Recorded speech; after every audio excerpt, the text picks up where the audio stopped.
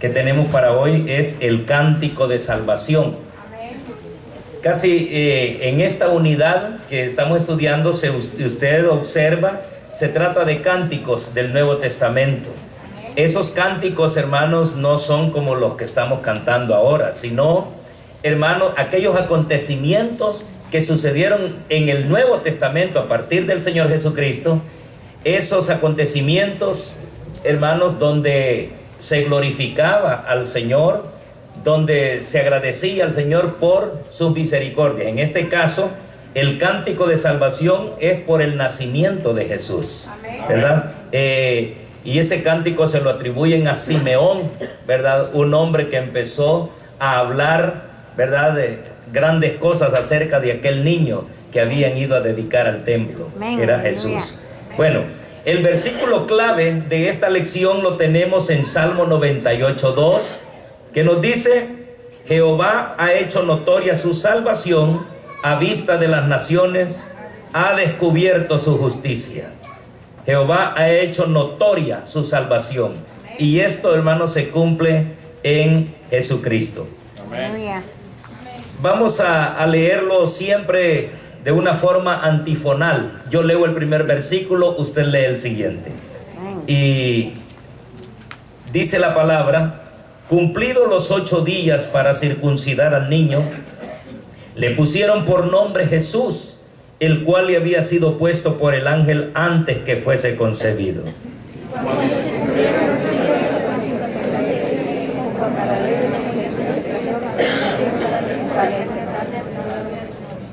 Y he aquí, había en Jerusalén un hombre llamado Simeón, y este hombre, justo y piadoso, esperaba la consolación de Israel, y el Espíritu Santo estaba sobre él.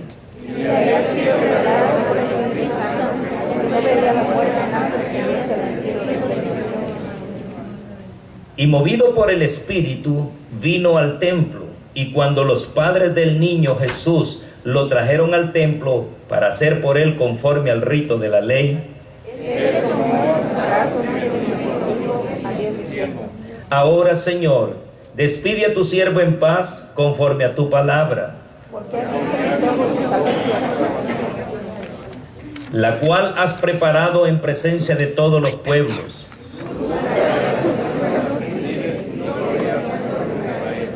Y José y su madre estaban maravillados de todo lo que se decía de él.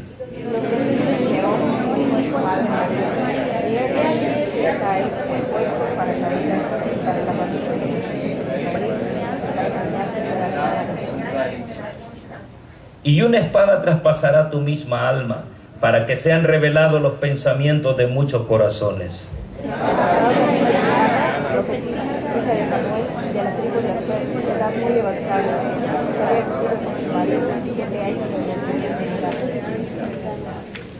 Y era viuda hacía 84 años, y no se apartaba del templo, sirviendo de noche y de día con ayunos y oraciones.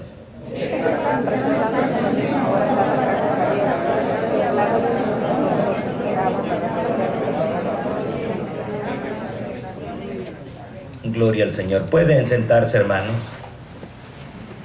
Vamos a hablar primeramente de la dedicación de este niño, de Jesús. A veces, hermanos, nos hemos dado cuenta, quizás nosotros mismos lo hicimos y decíamos Santa María, Madre de Dios. ¿Se recuerdan, hermanos? Y lo hacíamos de una manera sincera, lo hacíamos de la manera como se nos había enseñado. Pero María no es Madre de Dios. María es Madre de Jesús. ¿Y cómo es esto?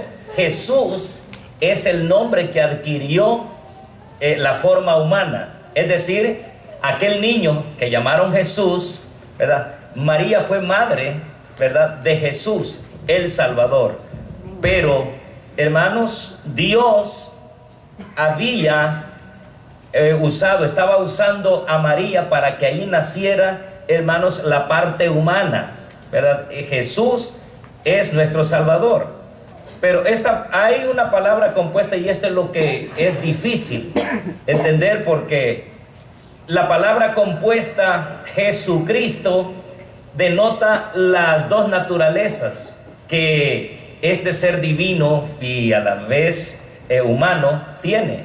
Jesús es la parte humana, Cristo es la parte divina. Cristo ha existido por siempre. Para redimir al hombre fue necesario que naciese como hombre. Y esa parte humana, María es parte, ¿verdad?, de esa parte humana que nació. Eso que vamos a llamarle ese ser santo que fue dirigido por el Espíritu Santo de Dios. Jesús sintió hambre, sintió sed. Él, hermano, sintió, hermano, todo lo que un ser humano puede sentir. Jesús. Y Él se sometió a todos, hermanos, quizás a todos los rechazos, a todos los desprecios. Ese es Jesús. ¿Por qué? Porque estaba en calidad de hombre para redimir al ser humano. Porque la Biblia dice que casi todo en la ley es purificado con sangre, y sin derramamiento de sangre no se hace remisión de los pecados. Significa esto que para redimir al hombre era necesario el derramamiento de sangre, de un sacrificio, pero tenía que ser un sacrificio puro y perfecto. Pero ¿quién es puro en este mundo para que eso agradara, ese sacrificio agradara a Dios? No hay ningún uno, dice la Biblia. No hay justo ni aún uno. Hasta la persona que se considere más pura aquí, humanamente hablando, no puede satisfacer la justicia de Dios. Entonces, ¿quién es el puro? ¿Quién es el perfecto que puede satisfacer la justicia de Dios? Un sacrificio que satisfaga la justicia de Dios, solo Dios mismo. Entonces es ahí donde hace sombra el Espíritu Santo en el vientre de María para que nazca Jesús, el Salvador. La Biblia dice de que Él, ya en forma humana, fue tentado en todo, pero sin pecado.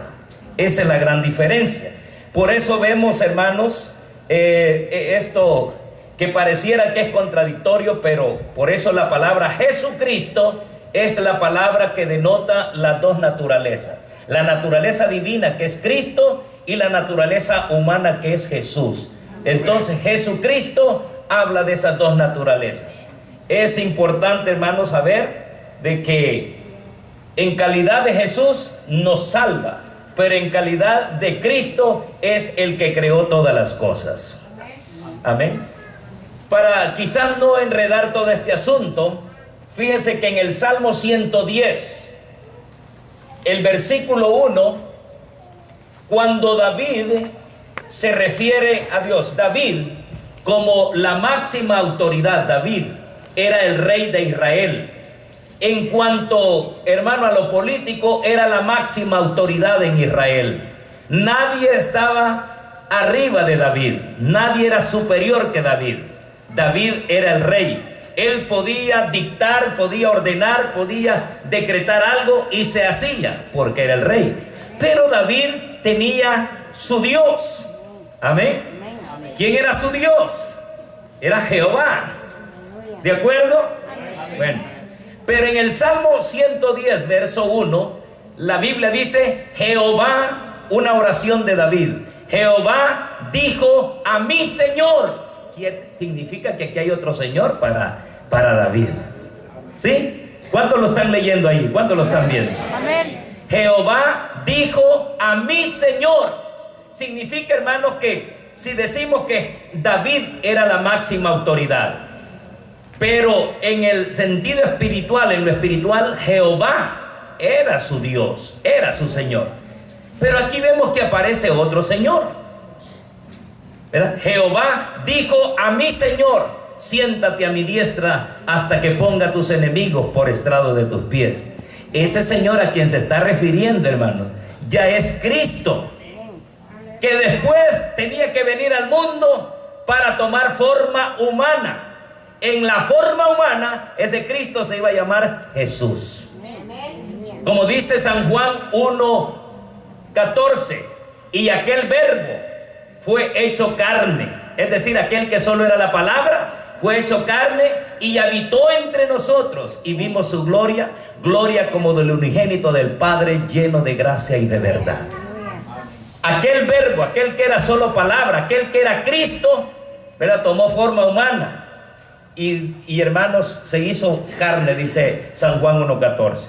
Bueno, aquí en Lucas capítulo 2, verso 21, hermanos, allí se nos anuncia o se nos da a conocer, hermanos, unas verdades muy importantes.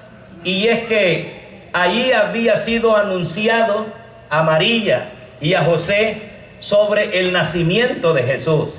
Se le dio, hermanos, un anuncio a María, y también en ese anuncio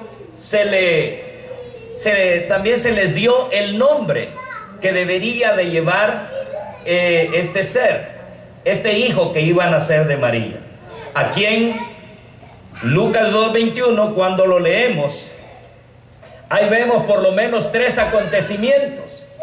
Cuando leemos el verso 21, dice: cumplidos los 8 días para circuncidar al niño, le pusieron por nombre Jesús, el cual le había sido puesto por el ángel antes que fuese concebido.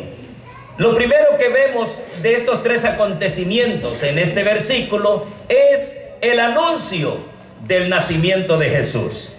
Dice, hermanos, y anunció, hermanos, el nacimiento de este ser. Otro de los acontecimientos en este versículo es, hermanos, al nacimiento en sí de Jesús. Y en tercer suceso, hermanos, tuvo lugar, dice la palabra del Señor, aquello del 8º día, que es lo que se hacía al 8º día de acuerdo a la ley de los israelitas. Circuncidaban a todo varón, de 8 días era circuncidado. Es decir, esta era una ley para los varoncitos. A los 8 días todo israelita tenía que ser circuncidado. Entonces estos 3 acontecimientos suceden es lo que da a entender el versículo 21. Ahora, lo que se deja ver aquí, hermanos, es que esto no es la dedicación, esto es la circuncisión. Pero luego, después, hay otros sucesos, hermanos, muy importantes en la vida de Jesús. Ahora, José y María, lo que se ve que fueron obedientes al Señor y cumplieron todo lo que Él les había mandado. Esto, hermanos, nos hace ver a nosotros que María y José se sometieron a todo lo que la ley establecía. Fueron obedientes. Y esto, hermano, cuando José y María se someten a todo lo que la ley establecía, significa que Jesús nació bajo la ley, ¿verdad? Jesús nació bajo la ley. Vamos a pedir que alguien nos lea Gálatas capítulo 4, o para ser más exacto, hermano Oscar nos lee Gálatas capítulo 4, versículos 4 y 5. Pero cuando vino el cumplimiento de los tiempos, Dios envió a su Hijo, nacido de mujer y nacido bajo la ley, para que redimiese a los que estaban bajo la ley, a fin de que recibiésemos la adopción de hijos. Gracias.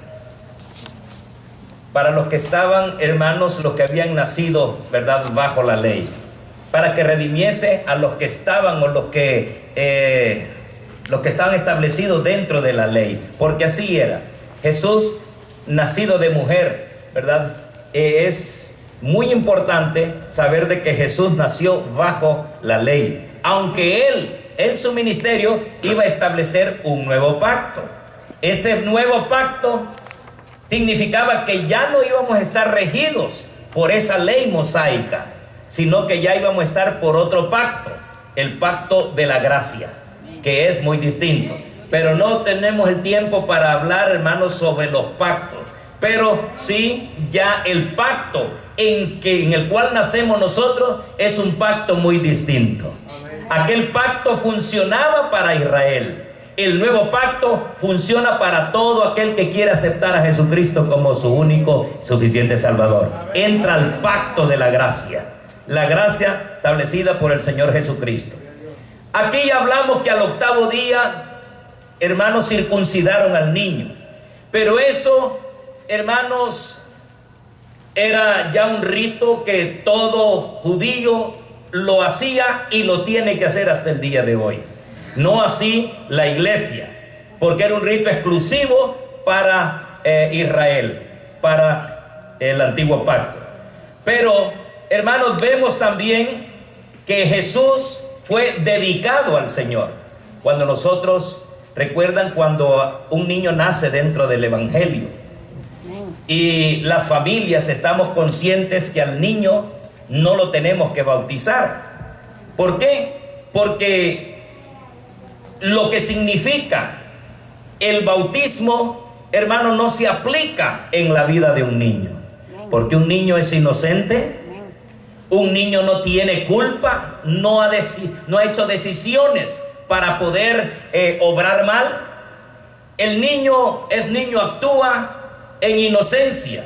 Por eso el Señor dice: dejad a los niños venir a mí y no se lo impidáis, porque de los tales es el reino de los cielos. No dice, hermano, que para ganar el reino tiene que hacer algo el niño. No, por naturaleza de ellos es el reino de Dios. A ellos les pertenece.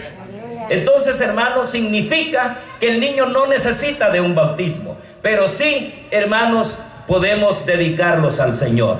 Y aquí hay, hermanos, el tiempo de la dedicación. Aquí Lucas capítulo 2, el verso 22 al 24, nos habla de más detalles de la manera en que María y José dedicaron a Jesús a Dios, como ordenaba la ley. El libro de Levítico señala los días de purificación. Por ejemplo, cuando se había tenido, hermanos, un varoncito, tenía que guardarse todo ese tiempo y poder ir al templo, María, 40 días. Y si nacía una niña, tenía que ser 80 días. Claro, hermano, hay personas que quieren vivir en el antiguo pacto y quieren guardar lo mismo, que se quieren ausentar si nació una niña hasta los 80 días llegar al templo. Ya no nos regimos por ese pacto, pero en este antiguo pacto era de esa forma. Vamos a leer, hermanos, parte de lo que está en Levítico. Levíticos 12, versículos 1 al 8.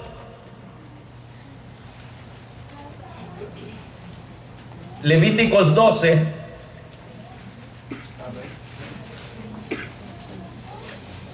Se lo leo aquí, dice: habló Jehová a Moisés diciendo: habla a los hijos de Israel y diles: la mujer cuando conciba y dé a luz varón será inmunda 7 días, conforme a los días de su menstruación será inmunda, y al octavo día se circuncidará al niño, mas ella permanecerá 33 días purificándose.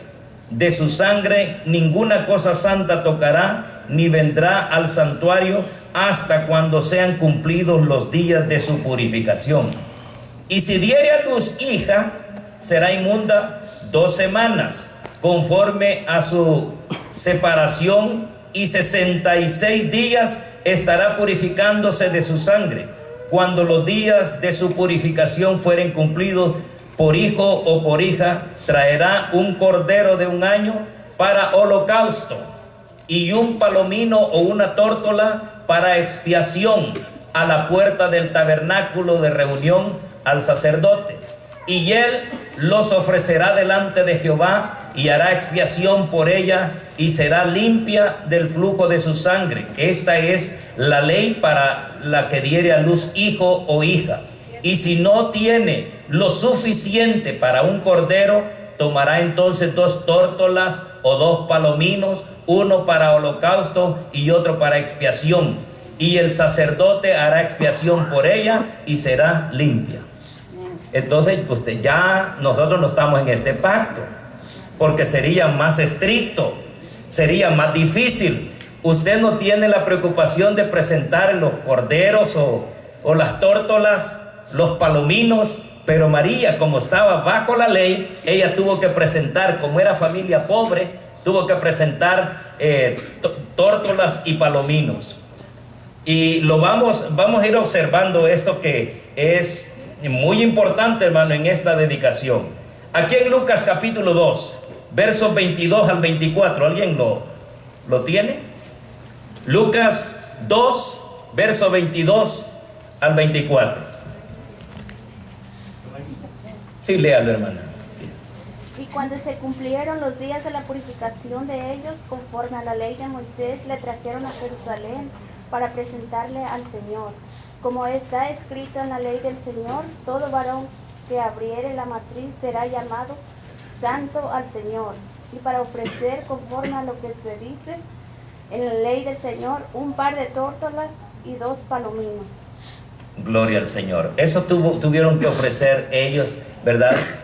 Una para la purificación y otra para la expiación. Entonces, ¿por qué? Pero tenía que, según la ley, tenía que presentarse un cordero para la expiación. Pero estamos hablando, si no tienen lo suficiente, es decir, una familia pobre, y aquí nos estamos notando de que José y María eran pobres, estaban viviendo, hermanos, de una forma modesta, eran pobres porque el decir que ellos presentaron las tórtolas y los palominos significa que eso lo llevaba a ofrecer esto porque no tenían lo suficiente, era familia pobre. De allí que, hermanos, si hay algún argumento por alguien que usted oye, no, pero ellos quizás era gente pudiente, no. Aquí, cuando ellos actúan en cuanto a las normas de la ley, vemos lo que ellos ofrecen. Ofrecen, ¿por qué? Porque esa era su condición económica, ¿verdad? Ofrecieron las tórtolas y los palominos. Así que, hermanos, este fue el día de la dedicación. El día de la dedicación, hermanos, fue a los 40 días. La circuncisión fue al 8º día, ¿verdad? Pero ella tenía que permanecer, ir a la circuncisión, pero permanecer en casa hasta llegar al templo en el día de la dedicación. Es donde tenía, antes de dedicar al niño, tenía que hacer los actos de purificación de ella. Amén. Y entonces, una vez haciéndose eso, ya dedicaba al niño y presentaba las ofrendas que se tenían que presentar. Y qué privilegio, hermanos, qué privilegio hay. Observe que los hijos primogénitos eran especiales bajo la ley de Moisés. Eran especiales porque todo varón, dice, que abriere la matriz será santo al Señor, será dedicado al Señor. Amén. Entonces, hermanos, traía una bendición el ser primogénito, ¿verdad? Era dedicado al Señor. Desde allí estamos viendo de que Dios quiere siempre que lo primero se dedique a Él. Esto, hermano, eso es un principio y una enseñanza fundamental para todas las actividades que nosotros hacemos. Siempre, hermanos, cuando vayamos a emprender algo, cuando vayamos a ofrecer algo, tiene que ser lo mejor. Si no, veamos referencias o antecedentes de este principio. Cuando Abel y Caín, desde el principio, Dios quiere que ellos ofrezcan algo. Hermanos, Caín vio, hermano, livianamente aquella cosa de ofrecer a Dios algo. Lo vio liviano, pues él no nos ha dado especificaciones y bueno, hay que ofrecerle algo porque hay que ofrecerle algo. Pero Abel no lo consideró así. Abel dice que tomó de lo mejor, siempre pensando que es para Dios, piensa en lo mejor. Amén. Este principio, hermano, es aplicable a todo y lo vemos que en la ley se estableció así. Todo varón, en cuanto a las primicias, hermano, los primeros frutos, ¿verdad? Tenían que ser las primicias de Dios. Siempre, hermanos, apelando a ese principio. Siempre, hermanos, usted debe desear lo mejor para Dios. en el trabajo que usted va a hacer. Hermanos, alguna vez queremos reaccionar, queremos pensar de nuestra propia forma, cómo hacer las cosas. Hermanos, siempre hagámosla pensando en que debe ser lo mejor para Dios. Bien hecho, bien hecho. Cualquier trabajo que se haga pensando que es para el reino de Dios, pensando que involucra dentro de la obra del Señor o para el Señor, hermano, hagámoslo bien. Hagamos un trabajo excelente. Por eso Pablo dice, inspirado por el Espíritu Santo, todo lo que hagáis, de hecho o de palabra, hacedlo como para el Señor. Y esto nos ayuda a nosotros. Posiblemente, hermanos, en el trabajo secular, en el trabajo que tenemos nosotros, que Dios nos ha concedido, ese trabajo lo tenemos que hacer bien. Usted se da cuenta de medios trabajos que alguien hace, y los resultados de ese medio trabajo redundan, hermanos, en que como no quedó bien, lo vuelven a llamar. Ha quedado mal su reputación. Pero si nosotros nos empeñamos y ponemos todo nuestro esfuerzo y pensamos que no es para quien nos ha contratado, sino para el Señor, lo vamos a hacer bien. Y eso, hermanos, va a repercutir en que eso nos va a estar a nosotros, hermano, ayudando para una mejor referencia, una mejor recomendación. La mejor recomendación que cada uno de nosotros puede tener es el trabajo mismo. Hoy va a contratar, no, ese ya no lo contrato yo, porque dijo que podía hacer esto y mire cómo estoy aquí batallando. ¿Le ha pasado eso así? No levante la mano. Pero hermanos, yo pienso, hermano, que todas las cosas debemos de hacerlas. Claro, hay errores humanos. No significa que nosotros vamos a ser perfectos en todo lo que hagamos, pero vamos a poner de todo nuestra intención para que las cosas queden bien, ¿verdad? Y si algo nos salió mal, pero que en nuestra conciencia esté que nosotros pusimos de nuestra mayor capacidad. Pero si algo nos sale mal, vamos a estar dispuestos a responder como se merece. Yo se lo vuelvo a hacer, no se preocupen. Aunque eso implique que vamos a perder más tiempo, y tiempo es dinero, pero no importa. La cosa es cumplir, y ese trabajo se está haciendo excelente. ¿Por qué? Porque lo estamos haciendo como para el Señor. Así que, hermanos, aquí el Señor hablaba de este principio. Los hijos primogénitos eran especiales bajo la ley de Moisés. Vamos a ver en Números 18:15. Números 18:15.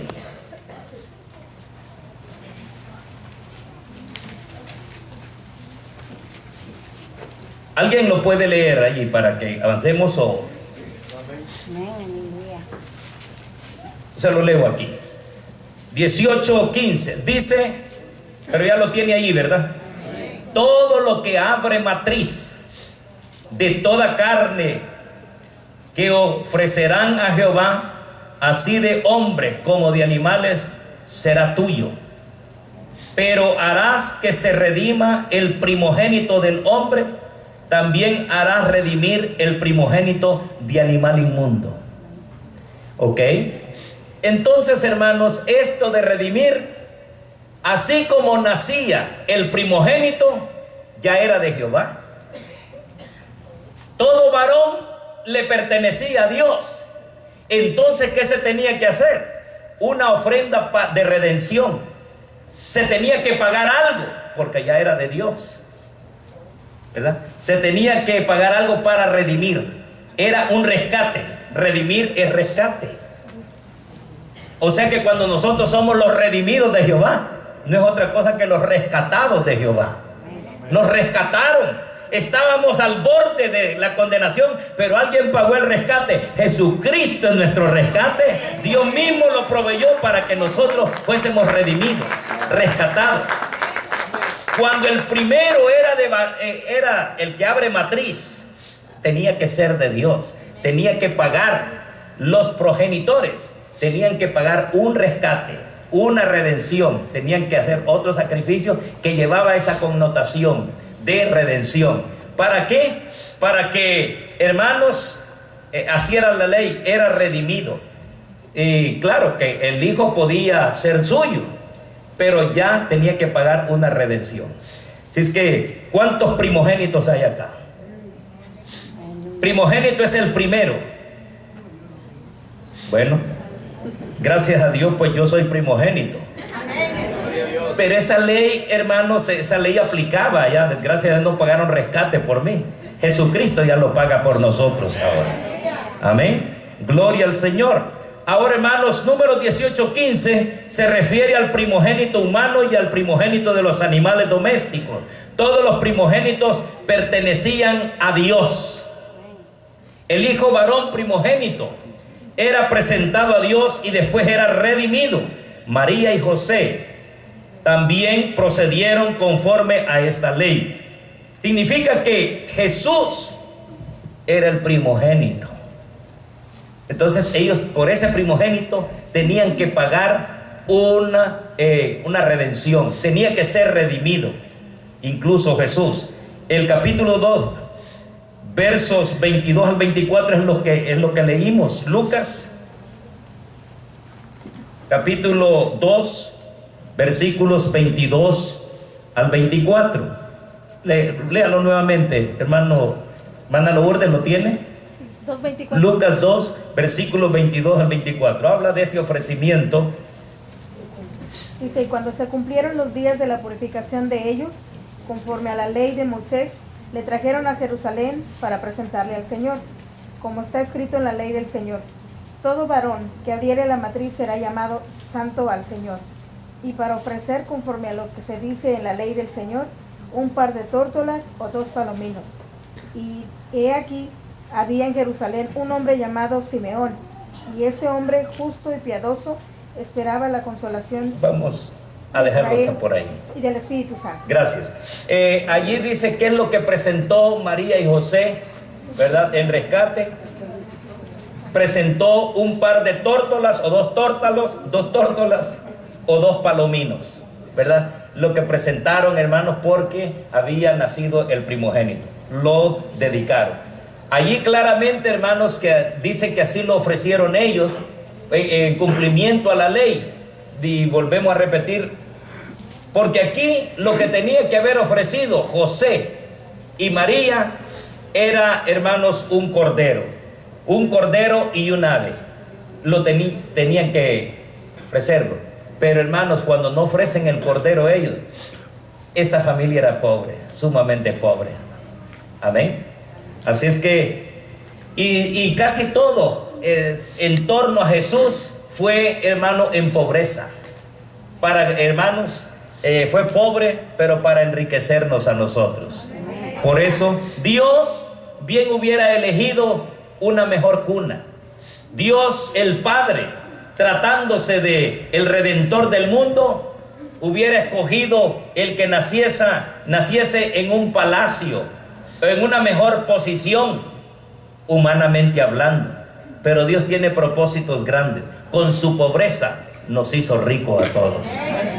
Y es que, hermanos, para saber que la vida del hombre no consiste en los bienes que posee, ¿verdad? Es importante saber, hermanos, que en su pobreza Él nos hizo ricos a nosotros.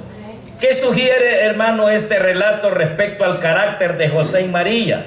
Los padres terrenales de Jesús eran, hermanos, devotos, adoradores que guardaban la ley. Eran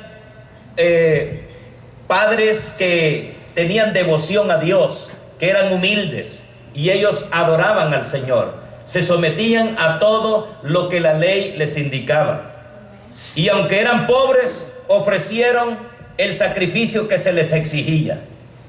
Hermanos, recuerden, siempre volvemos a la lección pasada. Incluso aquellos hombres del oriente, que se le llaman magos aquí en la Biblia, estos no eran magos donde hacen salir palomas y hacen nacer un conejo del sombrero. No son de esos magos. Se les llamaba de esta forma, eran sabios del oriente. Pero para traducir al castellano, hermanos, aquello que fue escrito en griego, para traducirlo, quizás esta esta era la forma que encontraron, la traducción que se acercaba más. Pero en sí, hermanos, no eran magos. Pero estas personas ofrecieron, como dijimos en la lección pasada, oro, incienso y mirra, que eran de valor incalculable, todo esto que le estaban ofreciendo. Los comentaristas nos dicen, algunos comentaristas, que ofrecieron esto porque la familia era pobre y porque esto podía ser base para que ellos se sostuvieran, ya teniendo oro, incienso y mirra, porque no sabemos también qué cantidad. No sabemos, hermanos, tampoco si fueron 3. Aunque a nosotros se nos ha enseñado desde la niñez que ha sido 3 y hasta nombres nos han dado: Melchor, Gaspar y Baltasar. Pero la Biblia no indica nada de eso. Entonces nosotros no podemos aseverar eso, ¿verdad? Pudieron haber sido 3, aunque pudieron haber sido muchos sabios, ¿verdad? Ahora, hermano, la cuestión de que algunos mencionan 3 porque cada uno quizás trajo diferente presente. Pero bueno, lo importante es saber de que esos presentes podían ayudarles a ellos para sus gastos, para sus comienzos. Y hermanos, porque ningún sabio o ningún rey se podía presentar ante un rey que había nacido sin nada. Tenían que, un visitante, cuando visitaba a un rey, tenía que llevar un presente, tenía que llevar algo. Nadie tenía que presentarse con las manos vacías. Y estos, como iban buscando al rey que había nacido, por eso ofrecieron esto. Y hermanos, y esto es para denotar de que la familia era pobre, ¿verdad? Pero, hermanos, por eso ofrecieron esto. Vamos a ver la segunda parte en esta clase, el cántico acerca de Jesús el Salvador. Como dije, hermanos, los cánticos se le atribuyen a todos estos sucesos. Al anuncio, cuando anunciaron los ángeles: gloria a Dios en las alturas, paz, buena voluntad para con los hombres, que ha nacido hoy en la ciudad de David un Salvador, ¿verdad? Eso, hermanos, ya es un cántico. Lo de Zacarías, allá cuando fue el anuncio de Juan el Bautista, también otro canto. Uno es el Benedicto, otro, ¿verdad?, el Gloria in excelsis, cuando los ángeles dijeron gloria a Dios en las alturas. Este cántico, hermanos, lleva otro nombre, el Nunc Dimittis. Bueno, son nombres latinos esto. Pero es más que todo, habla del cántico de salvación.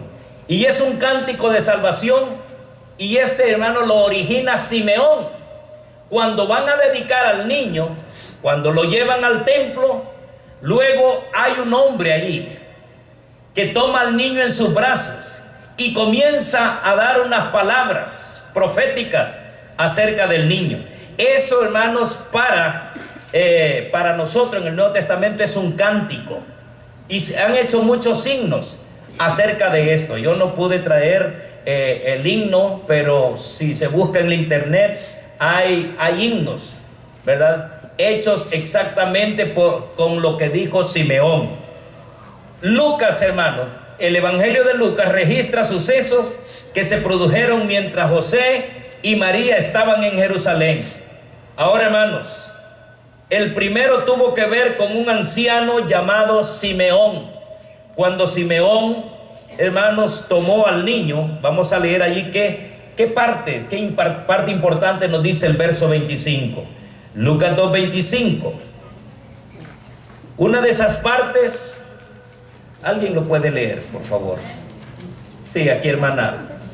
Gracias. Y aquí había en Jerusalén un hombre llamado Simeón, y este hombre justo, piadoso, esperaba la consolación de Israel, y el Espíritu Santo estaba sobre él.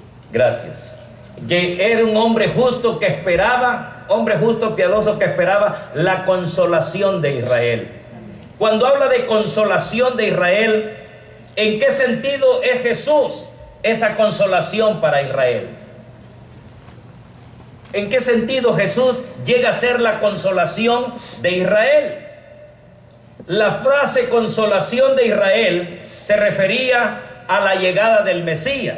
Recuerden, hermanos, que después de aquella época de oro, que fue la época en que David reinó, después de eso vino en decadencia el reinado de Israel. Después vino Salomón. Salomón en sus inicios fue un rey excelente, con una sabiduría, hermanos, como no ha habido jamás. Pero con el pasar del tiempo, hermanos, fue decayendo ese reino a tal grado, hermanos, que después de Salomón, el reino se dividió en dos. Y eso, hermano, en Roboam y Jeroboam. Roboam era la línea que venía de Salomón, y Jeroboam era, por decirlo así, el siervo de ellos, pero tomó su parte. Jeroboam tomó las tribus del norte y Roboam las tribus del sur. La capital de las tribus del norte era Samaria y la capital del sur era Judá. Por eso judíos y samaritanos no se llevaban desde ese tiempo. Usted ve ya en el tiempo de cuando Jesús dice, ya en el Nuevo Testamento, me es necesario ir a Samaria. Y los discípulos, bueno, es otra historia, no pasaban por ahí porque había, hermanos, fricciones entre judíos y samaritanos. ¿Por qué? Eso venía desde allá. Ahora, hermanos, quiere decir que el reinado desde David, después de David, fue decayendo. Entonces significa que en la época de David era el reinado que el pueblo de Israel quería. Querían vivir así. Como resultado de la desobediencia, hermano, el pueblo fue decayendo, los reinados también, de tal manera que los judíos fueron llevados cautivos por 70 años a Babilonia, donde vemos que Nabucodonosor los oprimió, y también los de las tribus del norte, que eran por Jeroboam, fueron llevados a Asiria.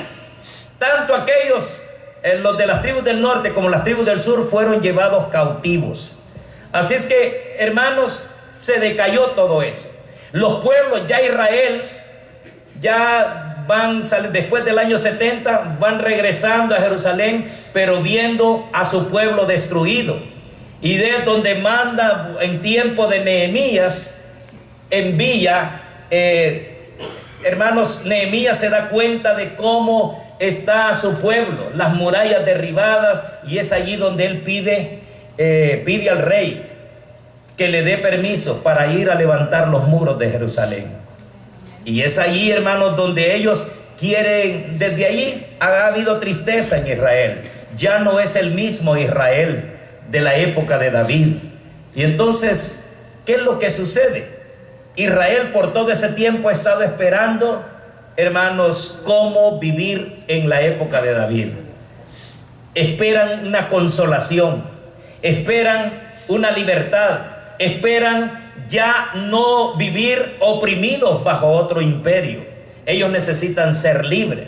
Lo que necesitaban ellos, lo que ellos querían, lo que ellos clamaban, gemían, era por una libertad política, libertad de esas opresiones. Querían ser un país, hermanos, soberano, donde ellos podían pagar los impuestos para ellos mismos. Pero no, en todo ese tiempo pagaban los impuestos al imperio que estaba en turno. En este caso era el imperio romano. Tenían que estar pagando impuestos a ellos, estaban sometidos a ellos. Entonces ellos esperaban la consolación, y la consolación era la venida de ese Mesías esperado. Y ahora que Cristo aparece en escena, Simeón empieza con este cántico, ¿verdad? Habla de la consolación de Israel. Esa consolación era la llegada del Mesías. Cuando Simeón ve al niño, comienza a profetizar y habla de esa consolación. Nada más, hermanos, que el pueblo de Israel por eso no recibe a Jesucristo, no lo acepta como el Salvador del mundo, porque para ellos todavía no ha venido la consolación.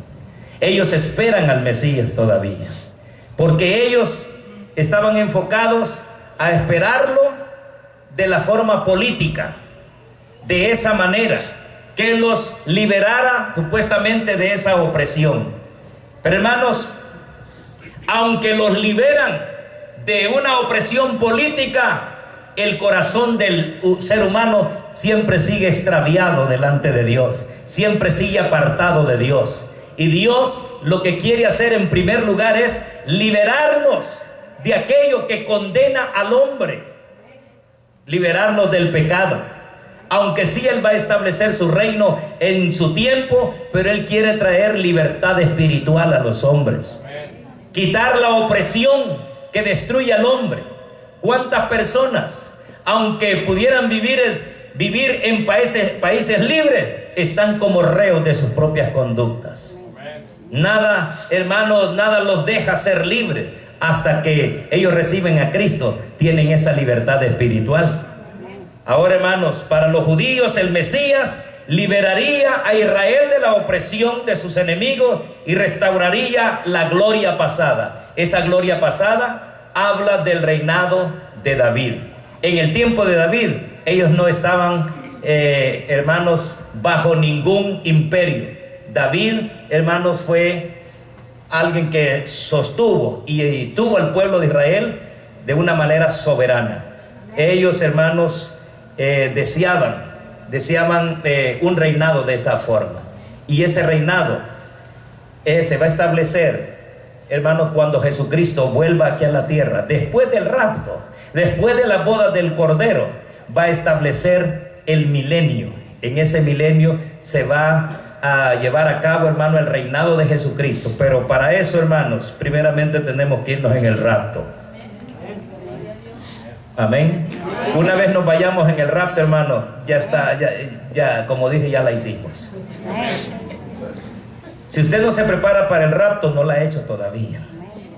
Amén. Necesitamos irnos en ese primer vuelo. Debemos de tener el pasaje para ese acontecimiento. Ese pasaje, hermanos, solamente es recibiendo a Jesucristo y viviendo una vida, hermanos, conforme a su voluntad. No sabemos mucho acerca de Simeón nosotros. No obstante, sí sabemos lo que Lucas consideró importante acerca de él. Lo describió como un hombre justo y piadoso. Esto significa que él era, hermano, recto en todas las cosas que hacía. Simeón profetizó acerca de este niño. Cuando José y María oían todo lo que se decía en torno a Jesús, se quedaban cada vez más sorprendidos. Luego, hermanos, hubo también allí, en ese mismo acontecimiento, surgió otra mujer que también habló cosas maravillosas en torno a este niño. Jesús era solo un bebé en esos momentos, hermanos. Por el Espíritu Santo, Simeón había revelado grandes cosas bajo la inspiración del Espíritu Santo. Ahora, hermanos, hay algo muy importante. Todos los pueblos, dice el verso 31, la criatura que Simeón cargó en sus brazos llevaría la luz tanto a los judíos como a los gentiles. Esto es lo que habló Simeón. Todavía no hemos hablado de Ana, pero que llevaría luz a los gentiles y también a los judíos. Significa, hermano, que Simeón estaba hablando de algo. Fíjense, cuando Simeón está hablando, todo el pueblo está bajo ¿qué pacto? Bajo la ley. Jesús era un bebé. ¿Cuándo es que se establece el nuevo pacto? Bueno, cuando Jesús muere. Antes, en la última cena que tuvo con sus discípulos, dijo: ya no beberé más del fruto de la vida. Él dijo: cuando comed todo de este pan. Y cuando iban a beber del jugo de uvas, dijo: esta es la sangre del nuevo pacto. Entonces significa que cuando Simeón está hablando esto, que será luz tanto a los judíos como a los gentiles, Simeón está hablando una verdad tremenda, verdad de que Jesús no venía solo para los judíos, sino este niño será luz también para los gentiles. Ahí entramos nosotros, hermano. Esas palabras que hablaba Simeón, a cualquiera las hubiera tildado de herejía. Cualquiera quizá de los religiosos en aquel entonces le hubiera callado la boca a Simeón. ¿Qué es lo que estás hablando? Si este es el Mesías que esperamos, ¿cómo es que va a venir por los gentiles? El Mesías tiene que liberar a Israel. Ese era el concepto. Pero Simeón comienza a decir una verdad tremenda. Recuerden, en ese tiempo nada hablaba de esas cosas. Nadie hablaba acerca de eso, de meter a los gentiles dentro de los judíos. Pero Simeón estaba hablando al respecto. ¿Por qué? Lo hacía inspirado bajo el Espíritu Santo. La salvación de Dios es para todos los pueblos. La criatura que Simeón cargó, esa criatura, Jesús, hermanos, tendría que ser luz a ambos pueblos, a judíos y gentiles. Tal vez, hermanos, en el momento quizás no lo apreciamos, pero cuando lo leemos detenidamente, vemos que ese hombre con sus palabras hubiera sido callado, pero habló por el Espíritu Santo en el templo de Jerusalén, donde habían judíos y todo, y quizás quisieron callarlo, pero hermano, él habló por el Espíritu Santo. Ahora, después de su cántico, Simeón bendijo a la familia de Jesús y dijo a María unas palabras que seguramente, hermanos, preocuparon. El verso 34, allí el versículo 34 del capítulo 2, vamos a leerlo, hermanos. Lucas 2, 34 y 35. Hermana Lourdes lo tiene, por favor. Amén. Dice, y los bendijo Simeón y dijo a su madre María: he aquí, este está puesto para caída y para levantamiento de muchos en Israel, y para señal que será contradicha. Y una espada traspasará tu misma alma, para que sean revelados los pensamientos de muchos corazones. Gracias, Señor. Esto significa que no todos aceptarían al Mesías. Una espada traspasará tu alma. ¿Qué habrá querido decir con estas palabras este mensaje a María? Una espada atravesará tu alma. Cualquiera de nosotros pudiera decir que esa espada literal, que la hubieran herido. ¿Qué? Yo pienso que es el que cuando se refiere a la espada que traspasará, el que iba a ser testigo del padecimiento de Jesús por todos nosotros, todo ese proceso de la crucifixión. Pienso que en ese momento ella sentiría ese sentimiento. Claro. Y vemos nosotros, hermanos, ya en la realidad cuando al Señor lo están crucificando, qué duro fue para María, ¿verdad? No habla la Biblia con muchos detalles de cuál fue la reacción de María, pero hermanos, ese dolor ha de haber sido fuerte. Ha de haber sido fuerte. La Biblia no nos da muchos detalles de cuál era la convivencia, pero hermanos, sí nos habla, hermanos, del dolor, ¿verdad? El dolor que tuvo María. Incluso en la crucifixión, ustedes recuerdan un pasaje cuando está el discípulo amado. Mujer, le dice Jesús, pero fíjense que Jesús no le dice madre, le dice mujer. Está hablando ya como, hermanos, con la autoridad, para que ella conozca que quién es él. Porque madre quizás le hubiera llenado más de sentimiento, pero dice mujer. Habrá interpretado María: oh, debo de reconocer que él es más que mi hijo, ¿verdad? Pero mujer, he allí tu hijo. Y dijo al discípulo amado: hijo, he allí tu madre. No era la mamá de Juan, sino, hermanos, estaba dando una responsabilidad a Juan de poder mirar por ella. Y también a María, que se consolara en Juan. Y sabía, dentro de los discípulos, un discípulo que habla tanto del amor es Juan. Tanto es así que Juan, en la última cena que tuvo Jesús con sus discípulos, se habla del discípulo amado, y que él se recostaba, hermano, al pecho de Jesús. Era tan amoroso Juan. Entonces le encomienda, ¿por qué digo yo? No le encomendó este trabajo a otro de los discípulos, sino que se lo encomendó a Juan. Conocía el carácter de Juan. Era tierno, quizás Juan era muy comprensivo. Cuando usted lee las cartas de Juan, se va a dar cuenta que Juan es el que habla más del amor que cualquier otro de los discípulos. No es que los otros no tuvieran amor, pero este sobrepasaba. Este siempre, hermano, estaba interesado. Incluso a Gayo, amado, yo deseo que en todo seas prosperado. No como hay gente que no quiere la prosperación ni del hermano. Pero vemos este hombre que se gozaba. Yo deseo que en todo seas prosperado. No como los del siglo XXI, que cuando miran la prosperidad y el otro, mira cómo se cree. Y eso a lo que arma son conflictos. Si estuviera Juan, él se alegraría con la bendición del hermano. Amén. Entonces, ese era el carácter de Juan. Entonces, por eso le encomienda este trabajo. Le encomienda más bien esta responsabilidad y este privilegio. Ahora, hermanos, esa sería la espada que atravesaría el corazón de María. Y esto, hermanos, fue dicho por Simeón.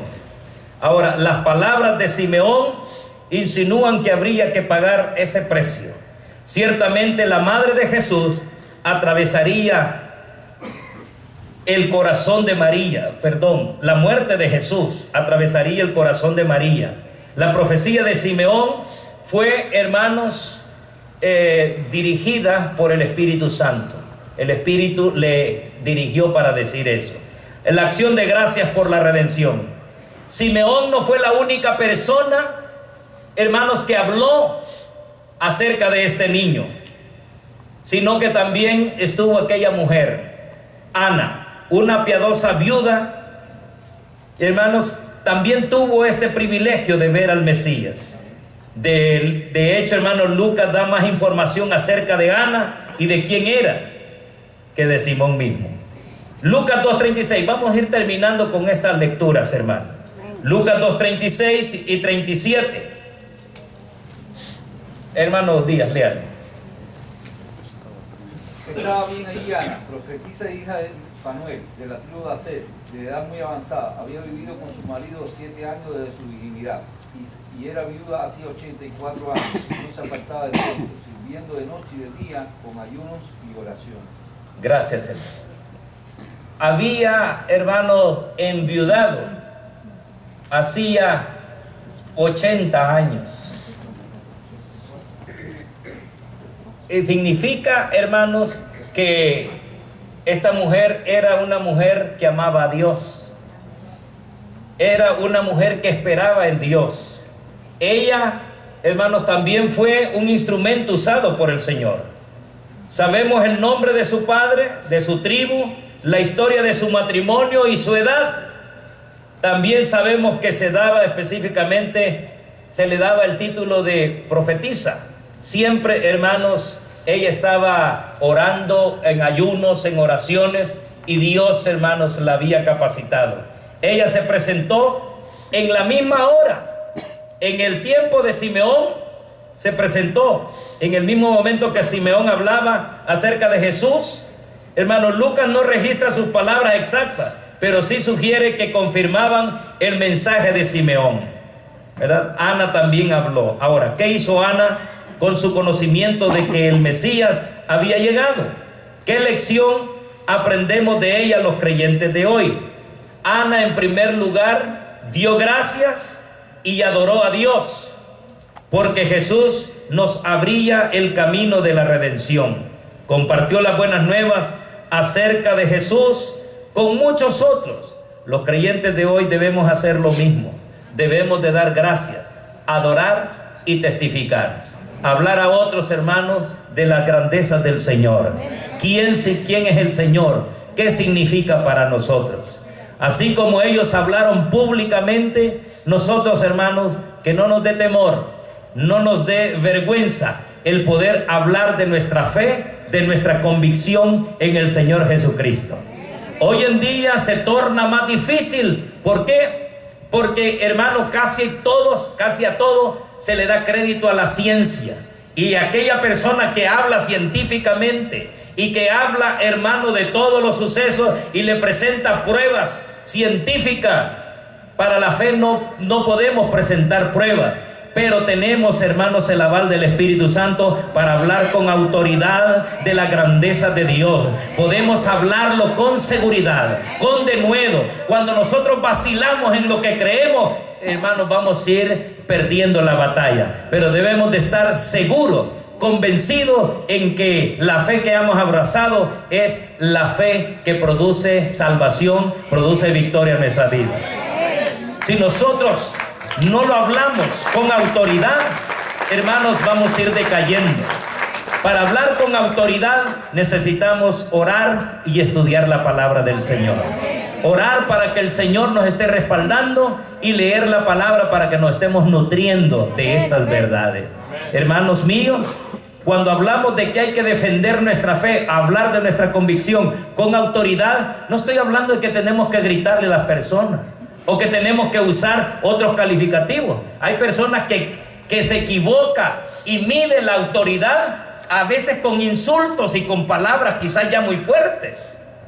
Y si tú no aceptas a Cristo, hijo del diablo, te vas a perder. ¿Qué le parece que le diga a alguien así? ¿Cómo lo va a ganar? Usted ya sabe de que el que no está en Cristo puede ser de ese, hijo del otro. Pero entonces usted no puede llegar con ese tipo de expresión. A la verdad usted puede estar en lo cierto, pero no son las maneras. Y alguien quiere ganarse al mundo y evangelizar de esa manera. El infierno es real y tú, si no aceptas a Cristo, eres hijo del diablo. Yo creo que eso lo podemos decir de otra forma. Porque si nosotros estuviéramos allí y alguien nos hablara de esa manera, ¿cuál sería nuestra reacción? Entonces nosotros podemos. Cuando hablo de que hay que hablar con autoridad, no estoy hablando de hablar gritando a la gente, sino que hablarle de la seguridad que tenemos en Cristo Jesús. Amén.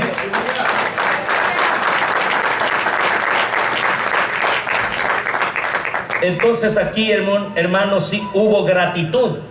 Esta era acción de gracia por el nacimiento de este Salvador. Tanto Simeón como Ana agradecieron a Dios y adoraron al Señor por este bendito ser que había nacido. Así que, hermanos, debemos nosotros hacer lo mismo, ser agradecidos con Dios. Démosle gracias al Señor. Nunca perdamos nuestra fe, nuestra confianza, nuestras convicciones, hermanos. Nunca perdamos, porque cada día, hermanos, los tiempos, el aumento de la ciencia, hermanos, tanto los adelantos que hay, todo eso pareciera ser que quieren opacar la fe cristiana, pero nosotros mantengamos siempre nuestra convicción.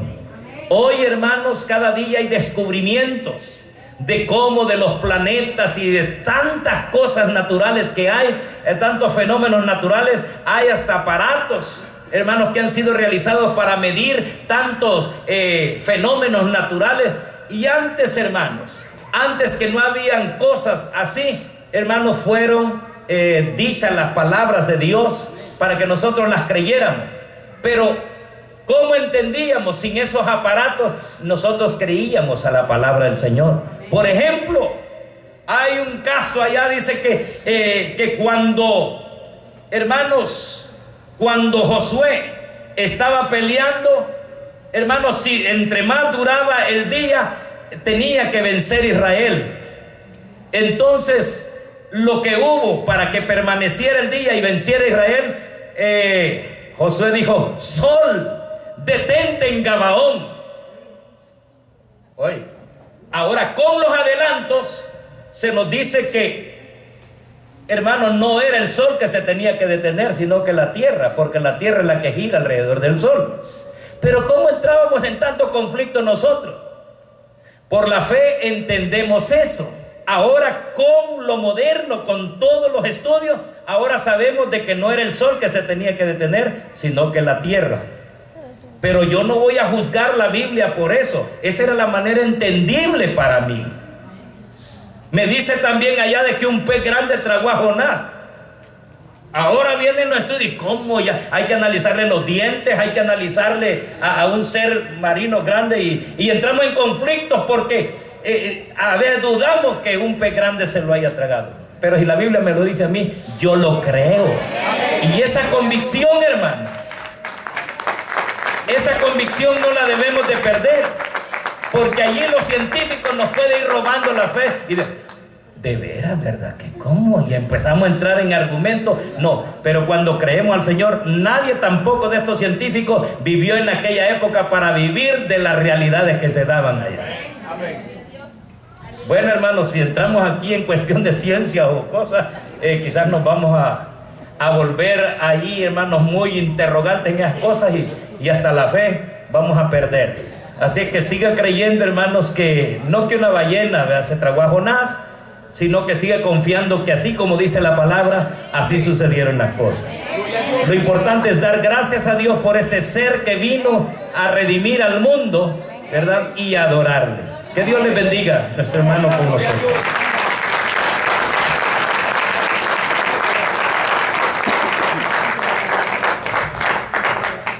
Gloria a Dios. Gracias damos a Dios, ¿verdad?, por su palabra. Antes de orar para despedirnos, hermanos, quiero